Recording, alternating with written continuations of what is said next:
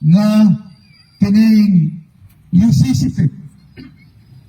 Meaning to say, Protestant. Kaya ang gatukod nga ning Protestant si Martin Luther man. Ug busa kini atong igsuon, ako ra pong asawa na namimong debate namo kaya ko CFD president na siya Protestante pa.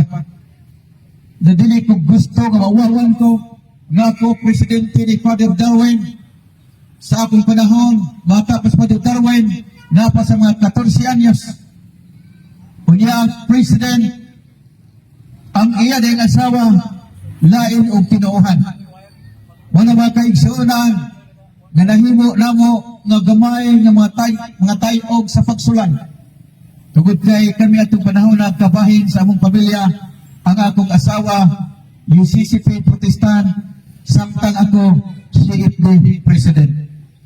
Huwag maminaw kita, giyon sa ating igsoon, gikan sa laing tinuuhan, ang akong pinaka-beauty nga asawa, nagaroon nga musaysay sa iyang kinabuhi, sa dito pa siya sa simbahan, o karon kaawak sa una, dili man siya magdibuto alang Maria, kay wala may Birhen Maria sa ilang doktrina sa Protestante. Mao gani ka na usahay among debatihan. Kung mao karon sa diha lang na-convert siya sa Katoliko, pinagi siyang husband na CFD President. Karon nahimo siya number 1 diboto ka nigugmaon kang Mama Mary. Gani may panahon nga ako pa'y pukawin niya na, boy, magrosaryo na ta. Sa una, masuko siya na to. Kanya nung mo, sige tag-ampo anang gitawag rosaryo ni Mama Mary. Pero sa gawin sa diyan sa Katoliko, ako na po yung kasabaan, nanong natuog pagawa ko mag-rosaryo. Busa karon, mingon ako, salamat kay tiniday mga laing tinuuhan, laing nga marihiyong, kung sila mabalik sa Katoliko, mas yapay magpahinumdum natong Katoliko. Na ako, dasig pag-ayo, nag-uba na kami sa akong kanhi na laing tinuuhang asawa na karon nahimo na siyang kauban nako. Di na may mag-aaway kay ako'y presidente sa CFD sa una, siya'y Protestante pa o karon nag-uba namin, puro namin CFD. Akong asawa o ang akong anak. So mga kaigsunan, pinaka-thrilling karon kay kinirabayan mo katinga kay mohilak naman siya. Tungod sa iyang kaagi nga iyan wa siya mo respeto kang Mama Mary. Unya karon niya na siya makalunga ni. Muna nga sagdilan ninyo mga netizen mohilak akong asawa. Tungod sa iyanan gipati sa iyang pagmahal kang Mama Mary. Let's welcome my beautiful wife, Mrs. Elida Bustamante Agupitaka.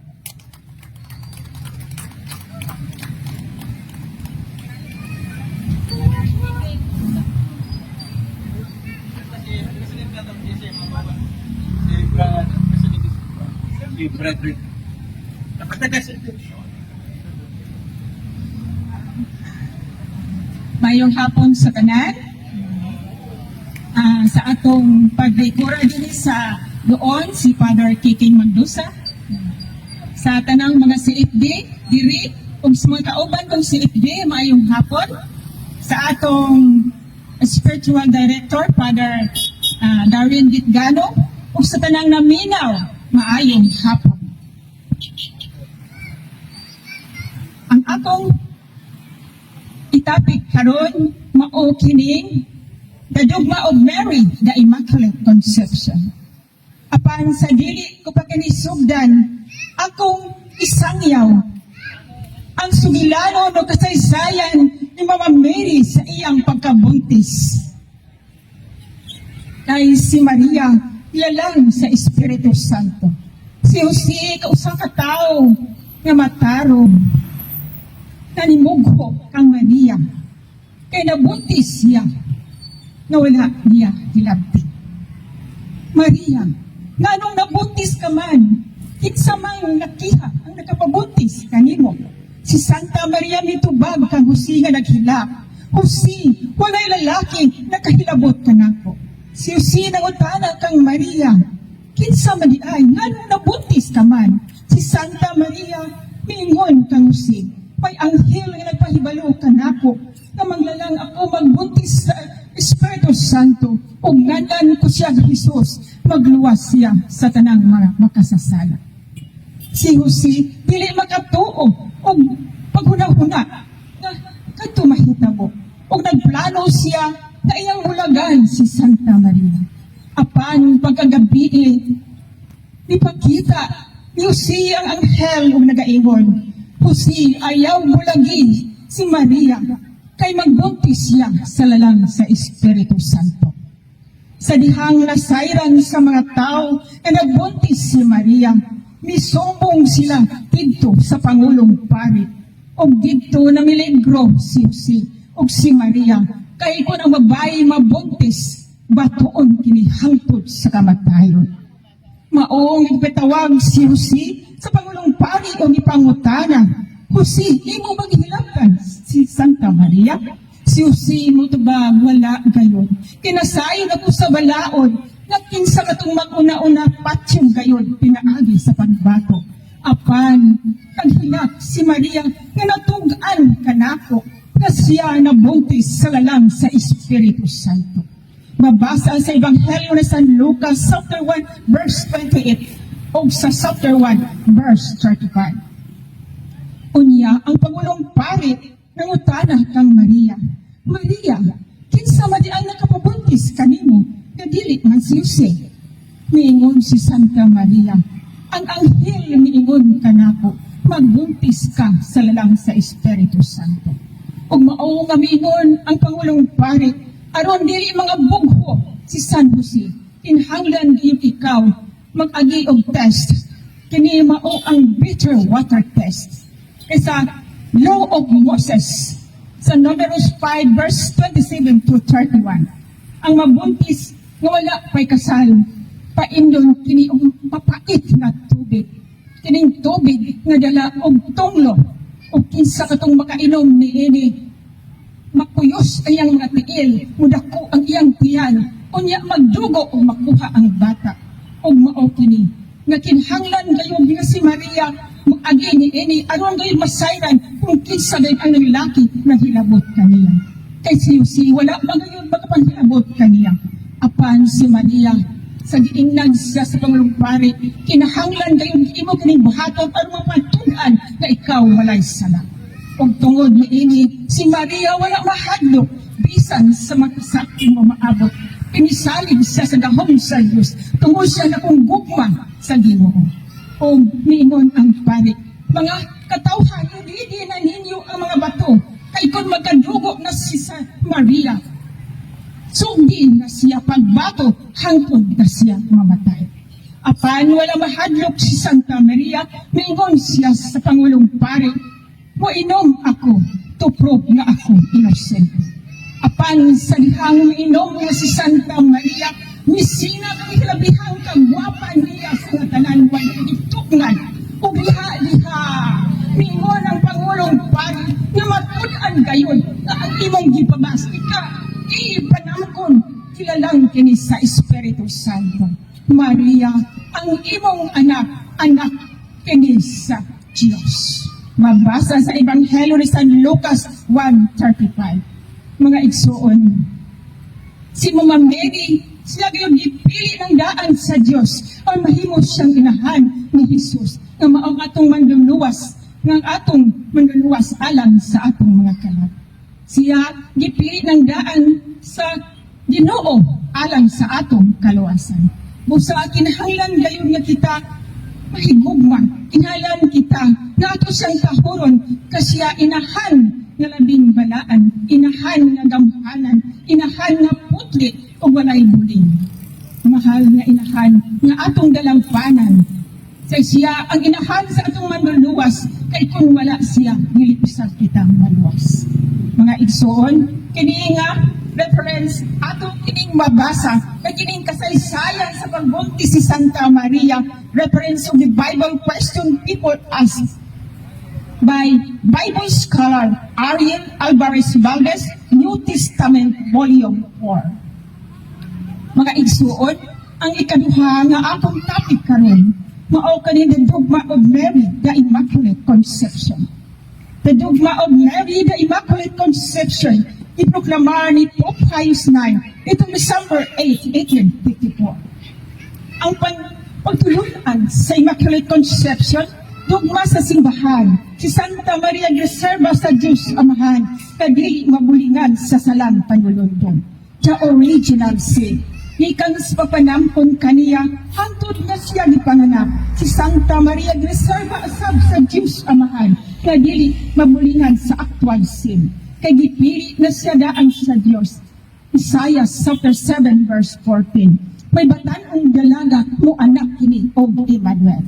Mabasa sa Roma chapter 8 verse 29. Kay kadtong gipili ng daan sa Diyos, ilain na siya may sama siyang anak ka si Jesus na walay sala. Roma chapter 8 verse 33. Kinsay mga haspagsumbong kanilang mga pinili sa Diyos, ang Diyos mismo may nagila kanila nga walay sala. Ug dunay mamatay nga walay sala, ug apil na niini si Santa Maria. Roma chapter 5 verse 14. Mao kini nagiproklamar ni Pope Pius IX itong December 8, 1854. Di ba matud-an sa San Juan ni San Lucas na si Santa Maria, bulahan, blessed, holy o balaan. Ebanghelyo ni San Lucas chapter 1 verse 41-42. Ato usab kini matud-an sa Webster Family Encyclopedia Volume 5 page 1270. Ug sa Catechism di Catholic Church number 491 page 110. Mao kini ang pagtulunan ni Santa Maria sa Immaculate Conception. Sa dihang ipanampon si Santa Maria, ipuno ng daan sa Diyos sa grasya si Santa Maria, full of grace. Ebanghelyo ni San Lucas chapter 1 verse 28. Aron dili siya mabulingan sa salang panulundon, the original sin, na naghimo ni Adan o ni Eva, mabasa sa Genesis chapter 3 verse 1 to 15. Katungod sa sala nga nahimo ni Adan o Eva, ang ilang salami kaylap sa tanang katawhan, Roma chapter 5 verse 12. Si Santa Maria lamang ang dili pwedeng mamansahan sa salang panulundon, the original sin ni Adan o Eva, kay siya exempted, kay tungod, kay ni plano sa Diyos. Santa Maria siya mahimong inahan ni Jesus na manunluwas na anak sa Diyos. Ebanghelyo ni San Lucas 1:35. Mao kini ang kasaysayan nga nang mugda kining dugma ni Santa Maria sa Immaculate Conception nga giproklama ni Pope Pius IX itong December 8, 1854. Na ang tanang ahensya sa gobyerno pribado walay opisina. Ug usab kini giproklamar sa pistahan ni proklamar usab kini sa pistahan sa o giproklamar usab kini sa atong pagamahanang sibil sa Pilipinas.